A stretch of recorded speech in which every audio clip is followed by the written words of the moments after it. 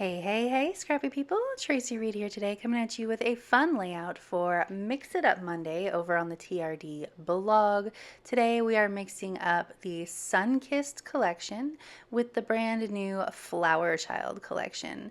So I have done some pre-work in Photoshop before I have moved over to real life here, and I wanted to create a color burst layout, kind of like I created one over the weekend with just the Flower Child collection, but this one's going to be a little bit different of a shape. I'm not using the color burst paper from the Flower Child collection. Instead, I made my own patterned color burst paper out of multiple patterns from both collections. And at the end of this video, if you're interested in seeing how I did that, there is a tutorial after all of the still images and stuff like that. Let me know in the comments below if you like watching these tutorials. Do you like having them at the end instead of having them in the middle of the video?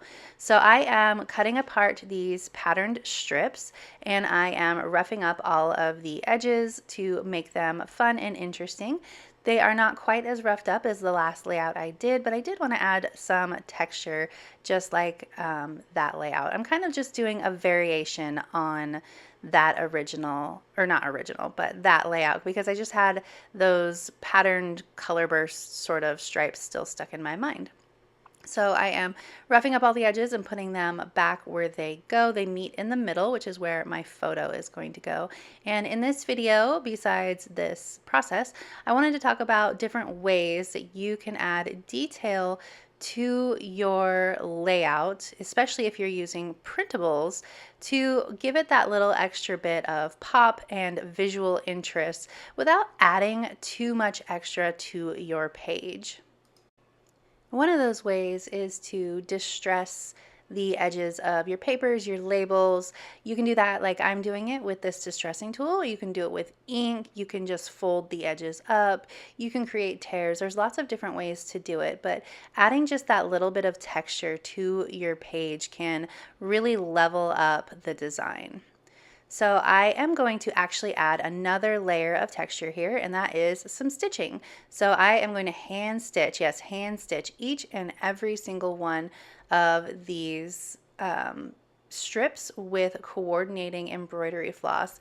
And then I took all of the embroidery floss that I used for each of these colors, and I kind of intertwined them together and made like this multicolored piece, this multicolored thread for the multicolored paper. And I'm just using a chain stitch here to make it a little bit thicker than your standard straight stitch. So you can see how nice and thick that chain stitch is. It makes a little bit more impact on the page. Now you can also add, and I'm going to do this later, some bunched up thread as well, just giving it that organic feel, and I will do that in just a minute. But first, I forgot to put down this cut file from the Sun-Kissed collection. It is in the digital kit, and it's like this tie-dye looking sun, and I thought it was perfect to center on this page. I also used the tie-dye paper from the Sun-Kissed collection. There's a whole tie-dye paper pack in the Sun-Kissed collection that I absolutely adore, and I used it for the background for this page. And I just love the way that these two collections work together. My other tip, or another tip, for creating some depth and some texture in your paper-based layouts is to take these, or take multiple copies of your printed flowers and glue them together just in the center. And then when they're dry, I'm going to go ahead and fold up the top layer of the flower so that they float away from the bottom layer, and it creates some depth and texture in these flowers, and it's a really easy way to create a little bit of lift on your page. And I'm going to let those dry, and I will go ahead and do that in a minute. But I also took some enamel dots and centered them in the middle of those flowers. So I have a bunch of the stickers from the sticker pack printed and cut for this page, and I'm going to make two clusters on my page going diagonally the opposite direction of the visual line that the papers create. So this will create some balance on the page and make it more, rather than covering up the papers and just kind of all going in one direction, it will make it a little bit more fun to look at, to have just sort of that opposite direction going with the pages. I also printed, or with the embellishments, I also printed out some buttons from both collections, and I just have a really good mix of embellishments from both collections on this page. You can't really tell where one starts and the other one ends.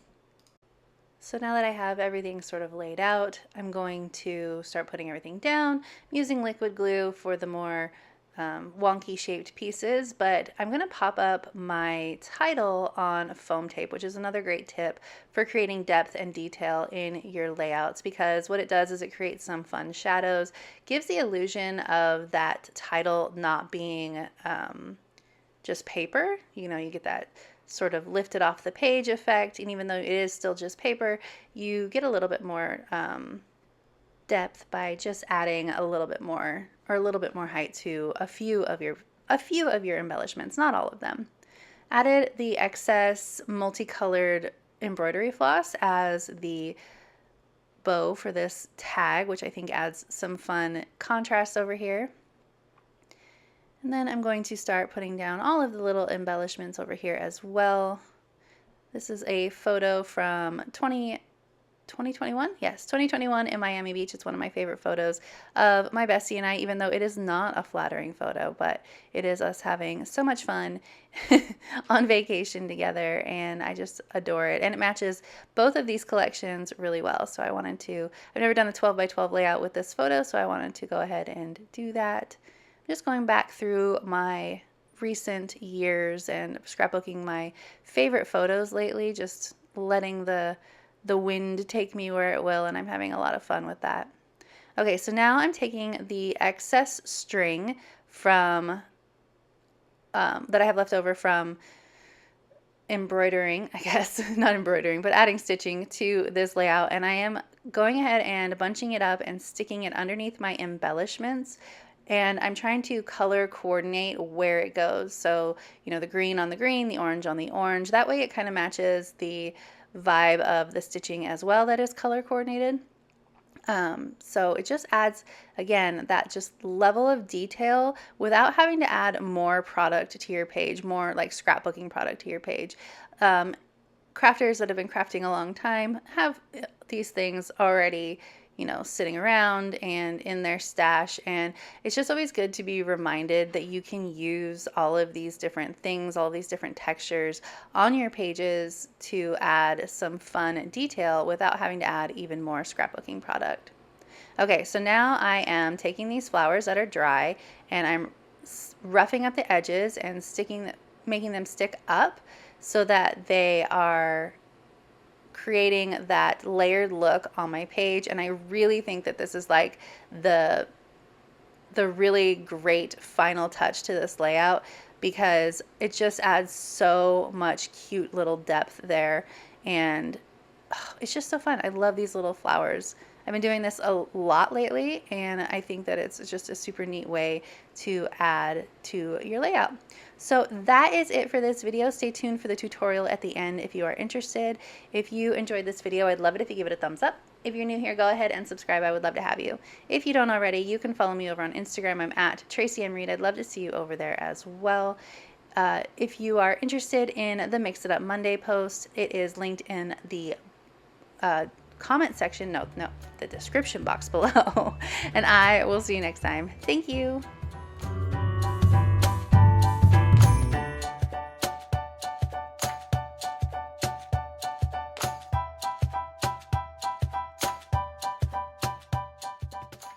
All right, so you made it to the tutorial. I have a paper open in Photoshop just as a background so it's easier to see, and I'm using my pen tool with the grid on so that I can create these sunburst shapes on my page.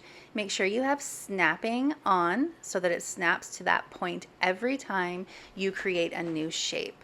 So you can see I just added 3 anchor points and created my triangle for sunburst number 1.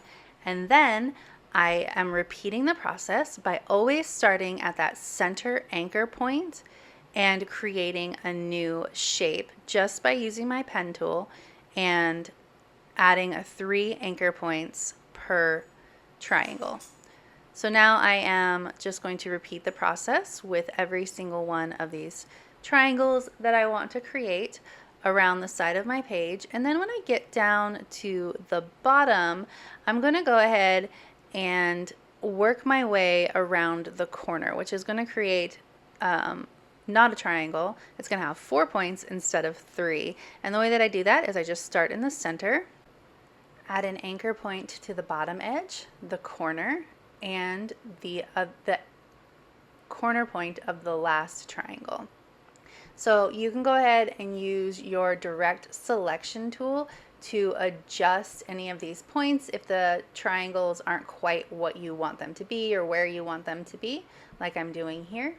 And then I'm going to go ahead and repeat the process for the other side.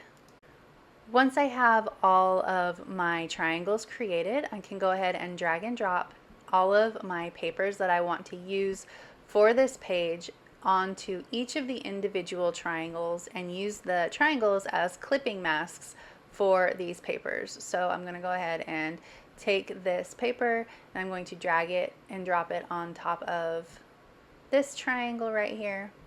Make sure you select the triangle before you drag and drop your paper. That way it's easier to just clip it automatically to this paper without having to rearrange things. And then this is the final product. Obviously I changed photos along the way, but this is how the final product looks before I go ahead and print it. So that is the tutorial for how to create your own sunbursts. I hope you enjoyed.